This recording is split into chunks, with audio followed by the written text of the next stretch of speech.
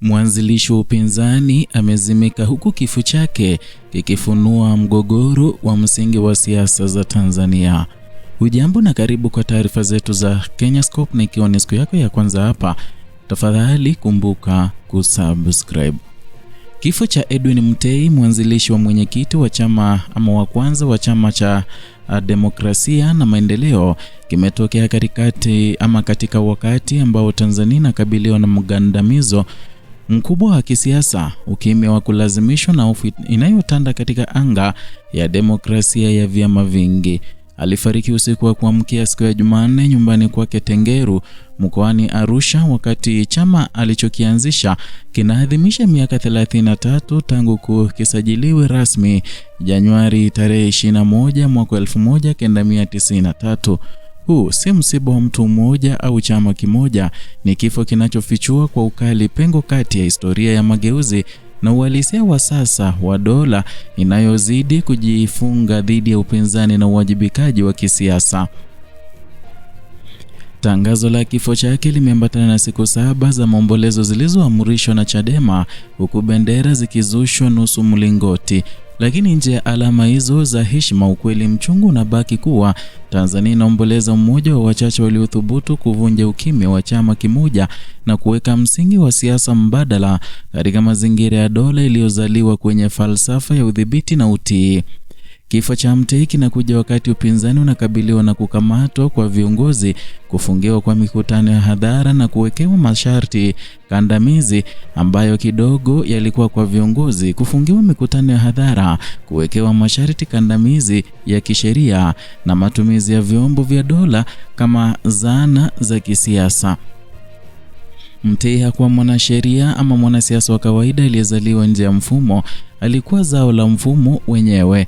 Alihudumu katika nyadhifa nyeti za serikali ya Tanganyika na baadaye Tanzania. Akawa gavana wa kwanza wa Benki Kuu ya Tanzania, katibu mkuu wa Jumuiya ya Afrika Mashariki ya kwanza na baadaye waziri wa fedha.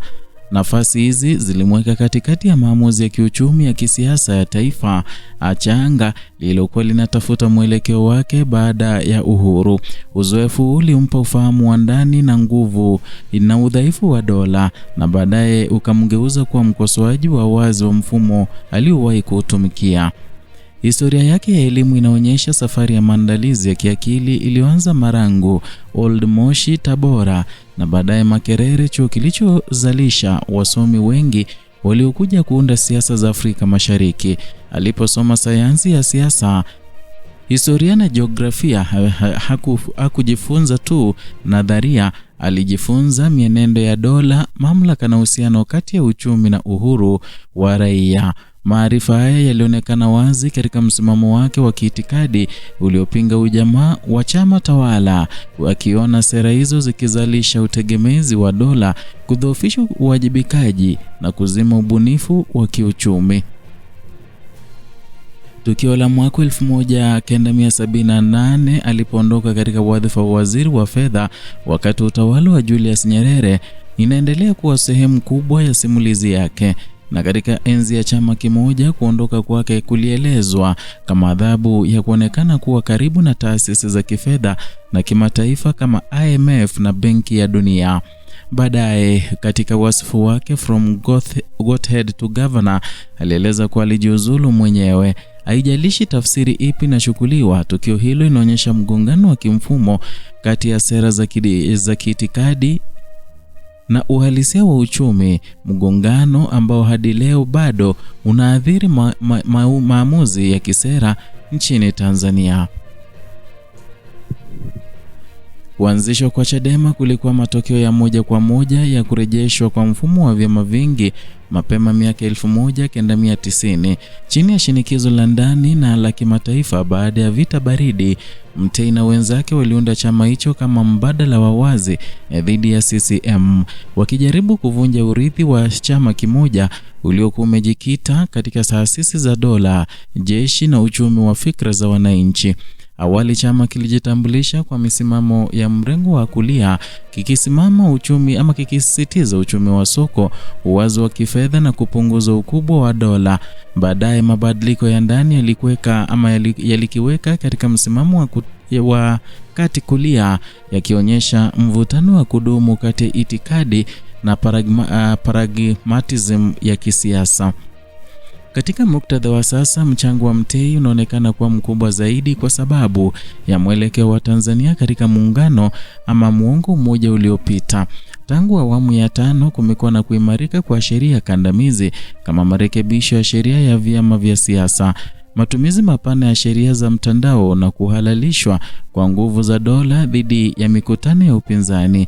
Awamu ya 6 inaonyesha lugha laini zaidi ya diplomasia, lakini vitendo vingi vya msingi vimeendelea, hali inayowafanya wanaharakati na waangalizi wa haki za binadamu kuonya kuhusu demokrasia ya sura mbili ama sura bila uhuru wa kweli. Taarifa ya rambirambi kutoka kwa Rais Samia Suluhu Hassan imemtambua Mtei kama mtumishi mashuhuri wa umma na mwanzilishi wa demokrasia ya vyama vingi. Hata hivyo, pengo kati ya maneno ya heshima na uhalisia wa mazingira ya kisiasa linaendelea kupanuka. Vyama vya upinzani bado vinapambana kupata vibali vya mikutano, wanahabari wanakabiliwa na vitisho vya kisheria na taasisi huru zinadhoofishwa kwa njia ya kiutawala. Katika mazingira haya, urithi wa Mtei unageuka kuwa kioo kinachoonyesha kile kilichoahidiwa na kile kilichopotea njiani. Kikanda na kimataifa, Tanzania imekuwa ikitazamwa kwa macho ya tahadhari. Mashirika ya haki za binadamu, wafadhili wa maendeleo na washirika wa Afrika Mashariki wamekuwa wakitoa ishara za wasiwasi kuhusu mwelekeo wa haki za kiraia na kisiasa.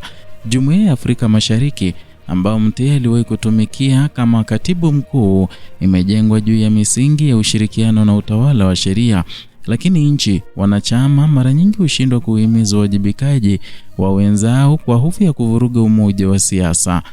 Ukimya huu wa kikanda unachangia kuhalalisha mifumo inayozidi kufunga nafasi ya upinzani.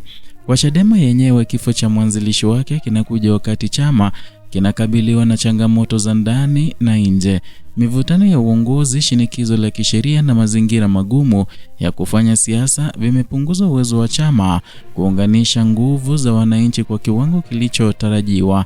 Hata hivyo, historia ya Mtei inawakumbusha wanachama na wafuasi kuwa chama hicho kilizaliwa katika mazingira magumu zaidi, wakati hatari ya kisiasa ilikuwa wazi na kinga ya kimataifa ilikuwa ndogo. Kizazi kipya cha Watanzania, wengi wao hawakushuhudia enzi ya chama kimoja wala mapambano ya awali ya vyama vingi. Kinakuwa katika mazingira ya taarifa zilizothibitiwa na hofu ya wazi ya kisiasa. Bila simulizi za kina kuhusu wakati ama watu kama Mtei, historia hubadilishwa kuwa kumbukumbu fupi zisizo na muktadha, na hili ndilo tishio kubwa zaidi la ukimya. Si tu kupotea kwa uhuru wa sasa, bali kufutika kwa kumbukumbu ya jinsi ulivyopatikana. Mwisho wa safari ya Edwin Mtei unaacha pengo ambalo haliwezi kujazwa kwa maneno ya rambirambi au siku za maombolezo pekee. Ni pengo la ujasiri wa kiakili, la uthubutu wa kupingana na dola kutoka ndani na nje ya mfumo, na imani kwamba demokrasia si zawadi, bali ni mchakato unaohitaji ulinzi wa kudumu. Na Tanzania inapokabiliwa na chaguo la kuendelea na siasa za hofu au kurejea kwenye ahadi ya uwazi na uwajibikaji, kifo hiki kinabaki kama onyo kimya. Ukimya wa sasa ukikubaliwa utakuwa urithi hatari zaidi kuliko sera yoyote. Ukosefu wa hatua leo unaweka msingi wa taifa ambalo litawakumbuka waanzilishi wake kama majina tu, si kama maadili ya kuigwa, na hapo ndipo hasara halisi ya Mtei itakapokuwa imekamilika. Ndio hayo kwa sasa, zidi kuwa nasi kwa taarifa kama hizi za kina. Subscribe, like na kushare video zetu ili tuweze kuwafikia ndugu, jamaa na marafiki.